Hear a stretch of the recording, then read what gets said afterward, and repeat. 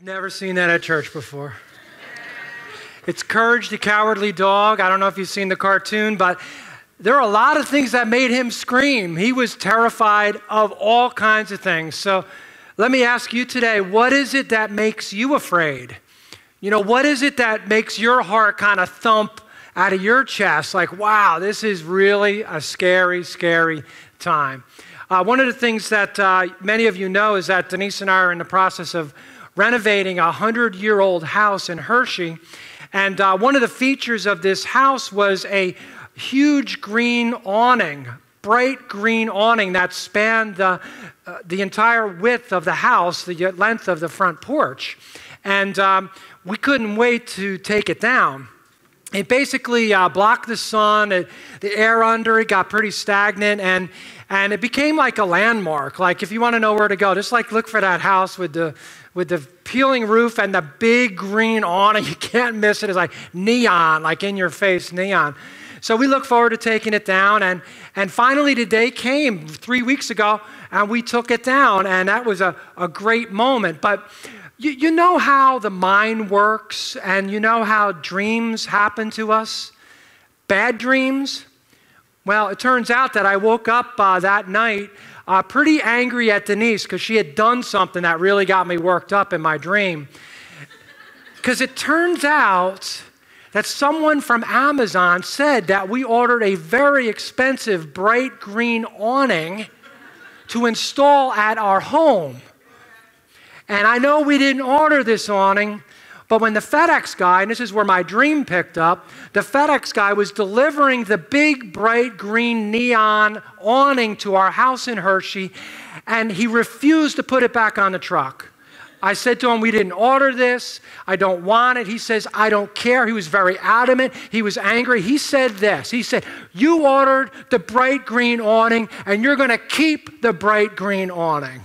I'm like, man, talk about customer service. So anyway, you know how when you have a bad dream, sometimes you're thrashing around at night, you have night terrors, you're sweating, that kind of stuff. You wake up angry at somebody even though they were just part of a dream. Well, that's what happened, and that bright green awning came back as a nightmare. I tell you, there's a lot of things we can fear, and some of the things we fear are way bigger and way more complicated than an awning that just won't go away. There are other things in our lives that just kind of really get us, really raise the blood pressure, make us incredibly anxious. And today, as we continue our look at the life of David, we're going to see that fear really is part and parcel of this life we live. That every one of us is going to deal with fears. Every one of us is going to deal with anxiety at some point. We are so prone and tempted to worry. But here's what I want us to see in the midst of this, that fear is part of life. But if we don't control fear, if we don't control our anxieties, it'll become a giant that actually dominates and takes over our lives. It can actually paralyze us. That giant of fear has tremendous, tremendous power if we feed it. But the great news here is that God has something entirely different in mind for your life and mine. He has an entirely different direction that he wants us to take. When we face these obstacles and challenges and terrifying, scary moments in our lives, he wants to cultivate us within us in those moments a courageous heart. He wants to develop within us an inner fortitude that we did not have and could not manufacture on our own. He wants to help us deal with the giant-sized struggles that come our way. And today I want to look at the life of David because he's someone who faced his giant head on. He faced overwhelming odds. He faced a giant that would seem to dominate his life, to preoccupy his mind and steal his joy. All the things it does to us, sabotage our health and undermine our relationships and ruin our future. Fear can destroy us, and David's life shows us how we can navigate that, move forward, and overcome it with courage. Last week, we left off with David, who has been anointed the future king of Israel. David was the guy who wasn't invited to the party. He was the guy whose brothers were uber talented. They had the resume for success. And, well, David, he was a shepherd guy. He was a sheep kid. He just hung out in the field, and his own dad didn't see his own potential. But God did, and God anointed him to be the future king of Israel. And after David was anointed king, he went back to what he always went back to. He went back to his routine. He went back to the field. He went back to the sheep. And as it turns out, when he's in the field alone with the sheep, he was also in the field alone with God, reflecting on his faith and reflecting on the direction of his life and reflecting on his relationship with God. And this is what made him great, and this is what gave him a great inner power. His brothers, on the other hand, were called to war. It turns out their hated enemy, the Philistines, were gathering, that there were war clouds on the horizon, and his brothers found themselves on the battle lines against their hated enemy, the Philistines. We'll pick up that story in 1 Samuel 17. It says, "Now the Philistines gathered their forces for war and assembled at Socoh in Judah. They pitched a camp at Ephes Dammim between Socoh and Azekah. Saul and the Israelites assembled and camped in the valley of Elah and drew up their base battle line to meet the Philistines. The Philistines occupied one hill and the Israelites another, and the valley was between them. A champion named Goliath, who was from Gath, came out of the Philistine camp. He was 9 feet tall. He had a bronze helmet on his head and wore a coat of scale armor of bronze weighing 5,000 shekels. On his legs he wore bronze greaves, and a bronze javelin was slung on his back. His spear shaft was like that of a weaver's rod, and its iron point weighed 600 shekels. His shield bearer went ahead of him. Goliath stood and shouted to the ranks of Israel, 'Why do you come out and line up for battle? Am I not a Philistine, and are you not servants of Saul? Choose a man and have him come down to me. If he is able to fight and kill me, we will become your subjects. But if I overcome him and kill him, you will become our subjects, and you will serve us.' Then the Philistine said, 'This day I defy the ranks of Israel. Give me a man, and let us fight each other.' On hearing the Philistines' words, Saul and all of Israel was dismayed, and they were completely terrified." Each day, these opposing armies would gather for battle. They would gather on opposing hills, one on this hill and one on the other with a valley between them. And every day the same thing would happen. Goliath, this incredible, imposing giant, would emerge from the ranks, burst forward and taunt and bully and try to intimidate the people of Israel. And what he proposed every day was what we know in ancient times was called a representative battle. In other words, he would enter the battle and he would fight the most courageous, vicious, skilled warrior among Israel's army. They would battle, and if he won, then the Philistines would then take the victory and Israel would be subjected to them. If in fact the Israelite warrior won, then the Philistines would then be subjected to Israel. It was a representative battle. He proposed it every day, 2 times a day, over and over again. But no one took him up on his offer. Nobody stepped up to take on the giant, because this wasn't just an ordinary warrior. This man was unusual. He was imposing. He was fierce. He was vicious. This man was 9 feet, 9 inches tall.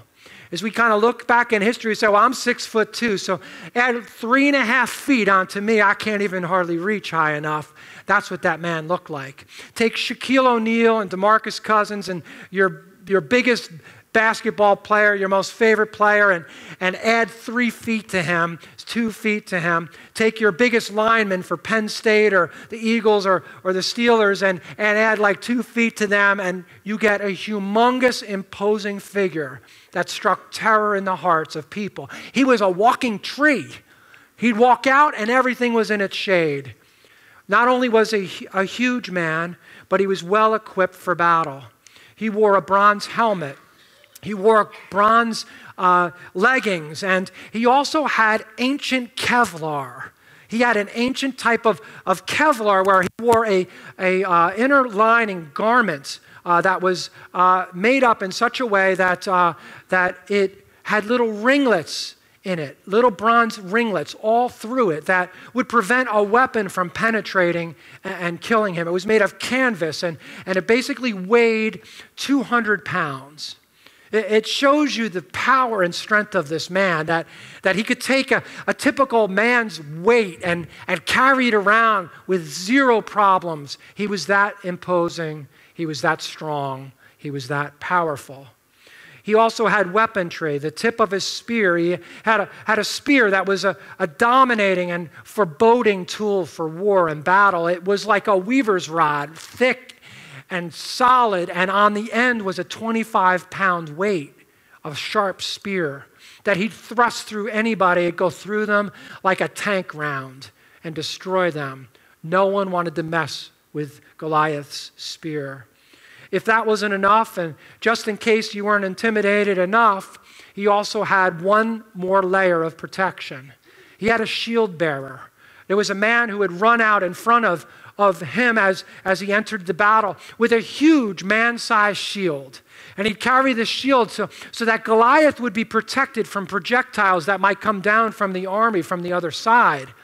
That the only way to really deal with this giant was to actually get into close proximity to him. That you're going to have to do hand-to-hand combat. You can't just lob some rocks on him and make him disappear. No, his shield bearer made sure if you wanted to deal with Goliath, you're going to have to do it directly, almost face to face.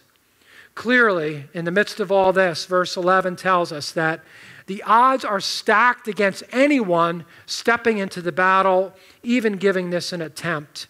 There was great fear and terror and dismay.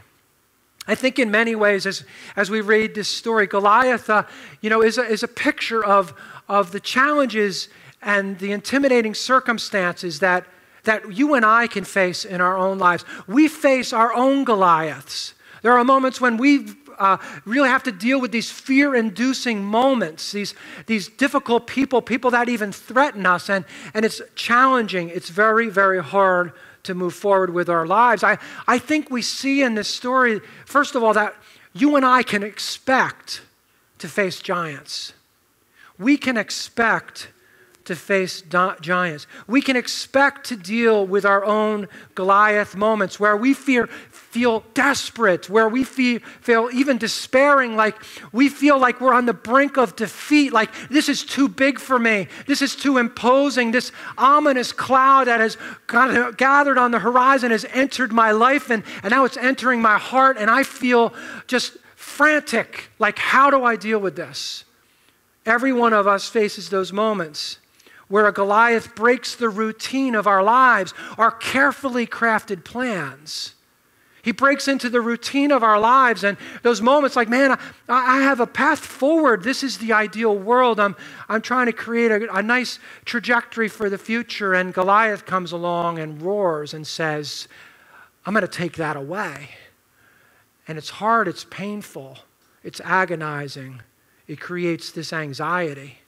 Maybe your giant today is financial loss or a marital struggle. Maybe it's just a sense of foreboding that you feel in a world that is increasingly hostile and vicious and uncaring, where compassion has drained away, and you just have this general sense of angst. Maybe you have a fear about sickness, or you've gotten a bad report from the doctor. Maybe there's just a sense that you have in your mind, in always going in the background, this anxiety that's kind of the backstory to everything you think about and feel. All of us face giants.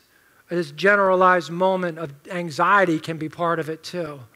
And in the midst of all those kinds of things, the most important first step to develop a courageous heart and to deal with our Goliaths is not to be surprised when they enter our lives. To not be surprised when we hear that roar and we see something looming. To recognize that, in fact, that happens to every single person. That the rain falls on the righteous and the unrighteous. And the first step to having a courageous heart is recognizing that our heart will always face these kinds of challenges. But Goliath wasn't just a menacing force because of his imposing size. There was something else about this giant that made him even worse. Because Goliath didn't show up like just one time. I mean, it would be enough for you or me if a Goliath-sized challenge entered our lives one time and like, whoa, this is scary, oh yeah, but then it just, time passes, it's gone. That wasn't the case here. Goliath was someone who showed up day after day after day after day. 1 Samuel 17:16 says, "For 40 days the Philistine came forward every morning and evening and took his stand." Goliath was one who showed up every day, 2 times a day, to bully, to intimidate, to threaten, to terrorize the people of Israel. He came with loud, gruff voice and angry taunts. He loomed large, but here's the thing. Giants loom larger and larger and larger the more they continue on. They can become a menacing force that's chronic. And the rantings and ravings of this powerful, defiant man created this contagious fear, this anxiety that spread. The impact of his life and his words and his menacing presence grew, got bigger. The giant got bigger and bigger and bigger every day, to the point where it says this in verse 10 and 11 of 1 Samuel 17. "Then the Philistines said that this day I defy the ranks of Israel. Give me a man and let us fight each other." On hearing the Philistines' words, Saul and all the Israelites were dismayed. They were terrified. They were without hope. They were void of courage. They were hiding under tables. Their courage had waned away. They fought in this army. They were members of a crew that is a prestigious thing to be a warrior. And yet they were just full of shame because they couldn't step up to fight this defiant giant. Fear spread to the point where it actually caused broad panic. Verse 24, when the Israelites just saw the man, after a little while, it's just, oh no, there he is again. He didn't even say anything yet. He just showed up and we saw him. It's the same thing. He's going to do it to us again. They all ran from him in great fear. I think what we see here in this story is this, that an unaddressed giant will dominate and ruin your life. An unaddressed giant is going to dominate and is absolutely going to ruin your life. Giants can't be ignored. If you have a conflict with a friend, if you have a marital issue going on, if you have some kind of addiction in your family, if there's some kind of issue that's happening in your life, a negative slandering coworker, an unethical situation at work, whatever it might be, it's so easy for us to just step back and say, I'm just not going to deal with it. I don't want anything to do with it. To just step back and say, I don't want to handle it. It becomes then the elephant in the room. And you're in the room and it's like they got this elephant and everybody knows the elephant's in there. It's blocking the light. It smells bad. But what elephant? There's no elephant. Then what do you keep bumping into? It tends to be this way we cope. It's easier just to say, it's not there. We sweep stuff under the rug and then we wonder why there's a big bulge in the rug, why it keeps tripping us up when we're walking around our house, because we've got an unaddressed giant that's killing us, that's sapping our energy. Because this is what happens for you and me. You see, every one of us has a certain level of energy where we max out. We have a certain amount of energy.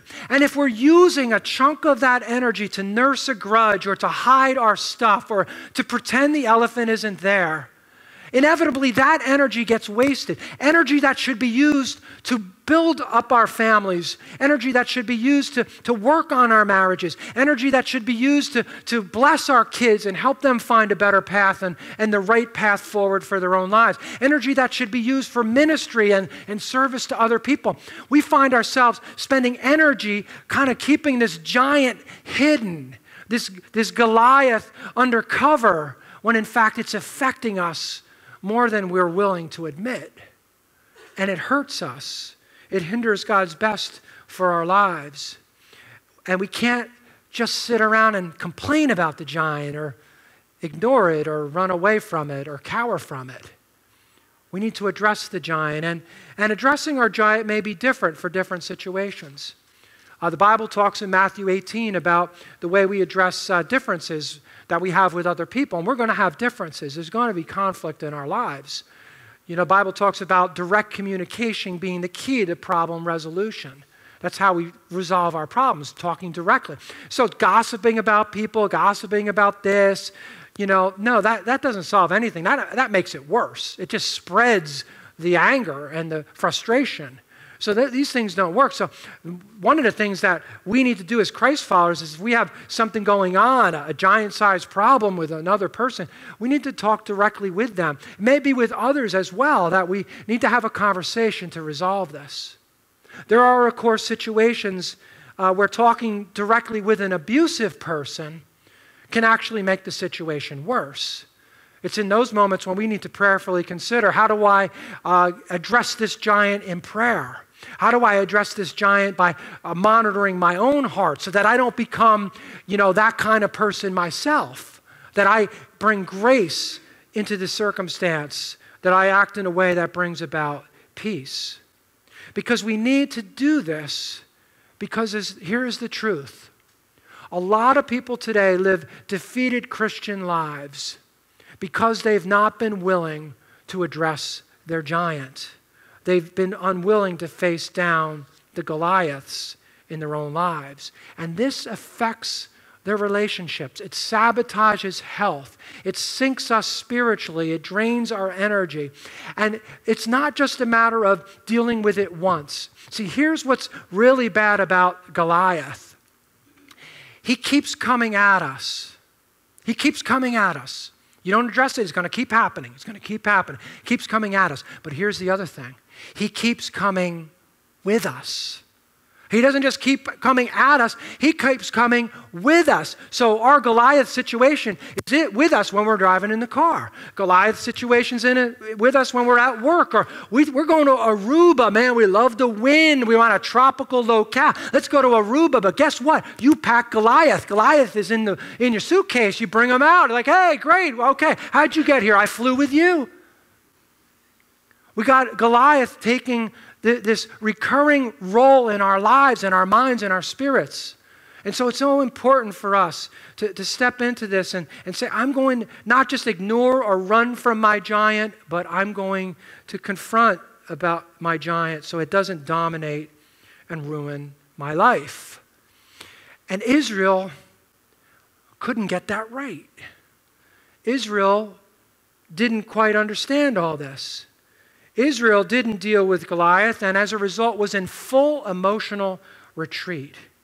They didn't have any hope. Their courage drained away. No warrior stepped up. They were too afraid. And this giant was creating shame and anxiety and terror that spread through all the ranks of the military and throughout the nation. That is until a little sheep guy, little shepherd guy, little obscure guy no one really thought much of, no king material in him. Everything changed when a man named David showed up on the front lines, when he showed up in the story. It says in verse 20, early in the morning, David left the flock with a shepherd, loaded up and set out as Jesse had directed him. He was reaching the camp as the army was going out to the battle positions, shouting the war cry. Israel and the Philistines were drawing up their lines facing each other, as they did twice a day. David left his things with the keeper of supplies. He ran to the battle lines and greeted his brothers. And as he was talking with them, Goliath, the Philistine champion from Gath, stepped out from his lines and shouted his usual defiance. And then it says this, and David heard it. And David, the little sheep guy, the shepherd kid, he heard it. He heard it. David asked the man standing near him, what will be done for the man who kills the Philistine and removes this disgrace from Israel? Who is this uncircumcised Philistine that he should defy the armies of the living God? It's interesting here. David does something here that no one else thought of. David does something here that eluded everybody else. They didn't even think of it. Didn't even dawn on them at all. You see, for the first time in this entire story, there's a reference to God. David's the one, the first one, to bring God into the occasion. Not Saul. Saul doesn't even think about God. He's not thinking about it at all. He's supposed to represent God. He's the king of the nation that God created and gave birth to. So Saul doesn't even think of it. Eliab, this great guy, quarterback on the football team. He's got the resume, killer looks. He's got it all, and he's hiding under a table. And he doesn't think about God at all either. But David, the little shepherd kid, he does. And David comes along and brings God into the picture and says, how can we stand for this? That he would defy the armies of the living God. Shouldn't we remember something? David's like, shouldn't we be remembering something? Isn't God the one who delivered us from Egyptian bondage? We were in bondage for all these years, hundreds of years, and God miraculously and powerfully delivered us from Egyptian bondage. Don't we remember that power, that amazing, miraculous moment? Isn't the God that we're talking about here the one who enabled us to enter the promised land, who took care of us, provided for us, protected us, enabled us to enter this land against foreboding obstacles and huge, dangerous people? Did we forget this? The God who miraculously delivered us so many times over and over again, that God, why have we forgotten him? You see, Saul and Eliab and David's other brothers and all these great so-called warriors, they made the biggest mistake of their lives. They made the biggest mistake imaginable. They made God irrelevant to their battle. They made God irrelevant to the face down they were dealing with. They completely forgot about God. They allowed God, with all his power and capacity, to remain on the sidelines. They allowed God, with all his ability to intervene and to make a difference and to change the circumstances around, allowed God to remain on the sidelines with power unused, power unaccessed. It'd be like me, a football coach saying, you know what, we're going to leave our superstar quarterback, we're going to leave him out of the game on the sidelines because we're just going to keep losing. We're just going to keep losing. We won't bring him in. The player that can call the shots, that has the arm strength to make the throws, the player that can lead this team to victory. No, we'll leave him on the sidelines. And you're like, what? Like, what coach would do that? But we do that with God. All this ability and power, unaccessed, unused. Israel was doing exactly the same thing. And we do it as well. We say, you know what? I'm just going to solve my own stuff. I'll use my own ingenuity. I'm smart, right? We all say, yeah, I'm smart. We are smart. There are lots of things that you solve. There are a lot of problems you navigate. But inevitably, you're going to face something you can't. In fact, I'm convinced that sometimes God brings a giant into your life and then a bigger giant and a bigger giant until you get to the point where you are at the end of yourself. Sometimes we just keep facing bigger and bigger giants because we keep trying to solve it without him. We keep making him irrelevant. And God's saying, I'll just bring a bigger one. And eventually you're going to be in a situation where you can't solve it, that you're not going to have the resources, the capacity to deal with it. You need to get to the end of yourself, the end of your own resources. And then I'll show you true power. I'll show you amazing power. I'll show you breakthroughs you never imagined because you got to the end of yourself. That's what God does from time to time, saying, we got all this courage we're going to muster ourselves. And God's saying, don't do it. Just turn to me, trust in me. Let me make you courageous and see what I do, the power and breakthrough you'll experience. Because this story teaches us this, that we need to trust God rather than our own strength and savvy to win battles and defeat giants. Trust God rather than your own strength and savvy to win battles and to defeat your giants. Because David did two things that were radically different than everybody else. He did two things. First of all, he allowed his relationship with God to change his perspective. He actually saw the giant, but he saw God. He saw God, and it changed his mindset about this, that I'm not going to be dominated by this. I'm not going to be overwhelmed by this. I'm not going to be destroyed by this. No, I see God in this, and it's changing my view. I'm looking at this through a God-shaped lens through his eyes. He also shifted his power, that I'm going to draw power. I'm shifting my perspective, but I'm drawing on power beyond my own capability, and David was capable. He had lots of capacity. He had lots of ability. David was emboldened. He became courageous because he tapped into something no one else was tapping into, the power of God to change things around. We read this story as it continues in verse 32. David said to Saul, "Let no one lose heart on account of this Philistine. Your servant will go out to fight him." And Saul replied, "You're not going out there, dude." It doesn't say it quite like that, but no, you are not going out there, okay? This Philistine, you're not going to go out there and fight this Philistine. You're a shepherd kid. You're a sheep boy. You're just a little dude. This is stupid. You're not doing this. I can't let you go out there. He's been a fighting man from his youth. But David said to Saul, "Your servant's been keeping his father's sheep." And Saul's like, "Exactly. That's the problem. You're a sheep kid. You came from the fields. That's what I've been saying all along." "Oh, no, you misunderstand, Saul." He said to Saul, "Your servant's been keeping his father's sheep. When a lion or bear came and carried off a sheep from the flock, I went after it. I struck it. I rescued the sheep from its mouth. When it turned on me, I seized it by its hair and struck it and killed it. Your servant has killed both the lion and the bear.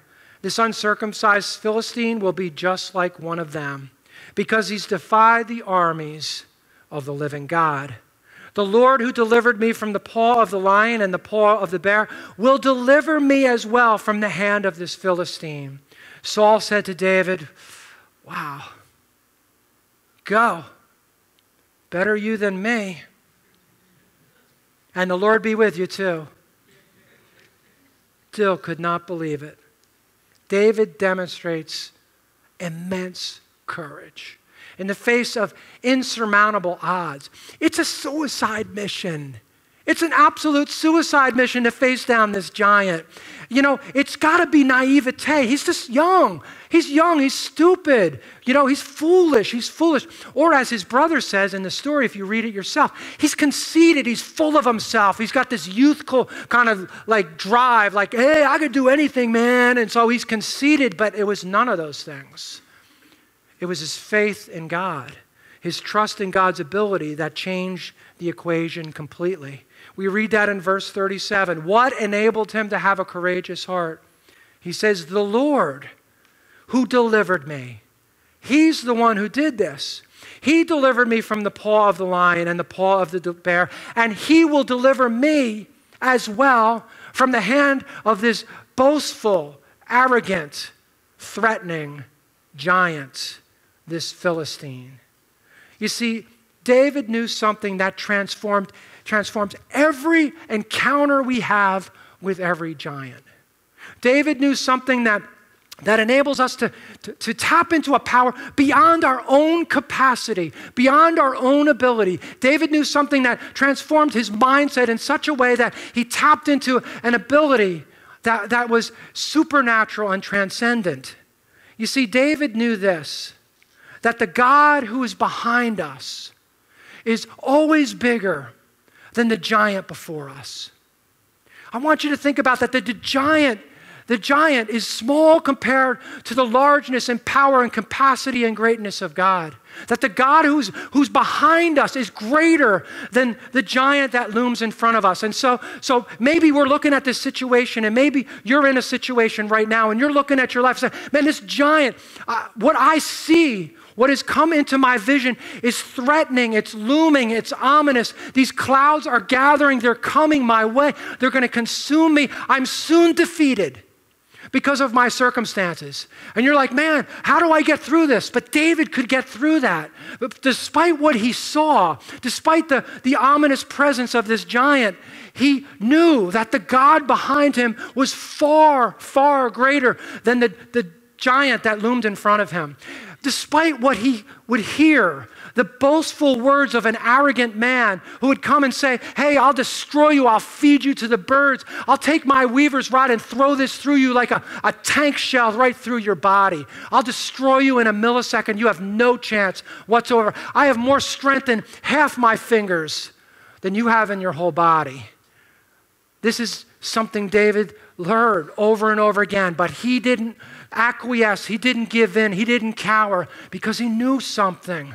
He knew that the God behind him was greater than the giant before him. So whatever it is, whatever giant you're facing today, maybe it's the giant of loneliness, maybe it's the giant of sickness, maybe it's the giant of financial stress and problems in your life.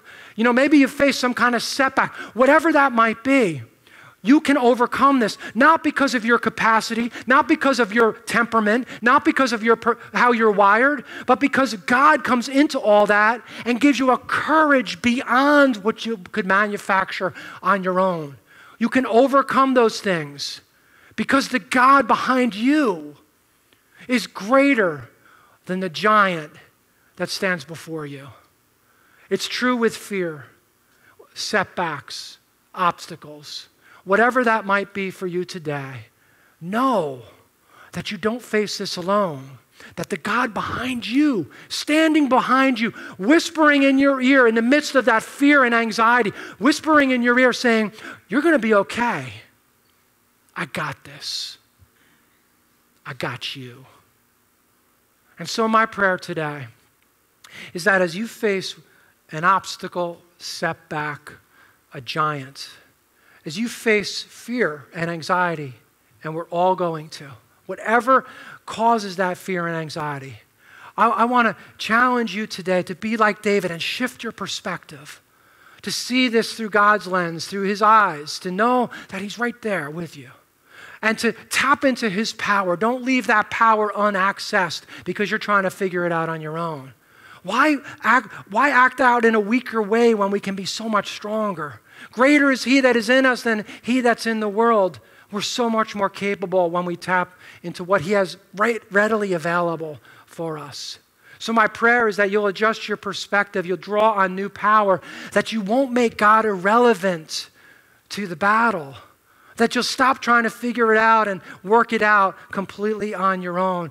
And when you turn to him, and when you trust him in this way, don't be surprised. Don't be surprised if all of a sudden there's something going on deep within your chest, something deep within your spirit and your soul, where God cultivates within your heart something greater than you've ever experienced before. He cultivates within you a courageous, courageous heart. Let's pray. Father, thank you, Lord, for real life stories of real people who face challenges like I do and we do. Lord, I just pray today that you'll just forgive me, forgive us for the times where we've gone into battle without you, where we've made you irrelevant to the circumstance because we think somehow our competency is enough. Lord, I pray today that we'll turn to you first and not last. That you'll be our first resort, not our last and final resort. That, God, you'll work in our hearts this cool, growing, calm confidence that, Lord, you got this. You're with us. You stand behind us. That you're greater than anything we face. And we give you all the praise and thanks for who you are and what you do. We honor and glorify you in Jesus' name. Amen.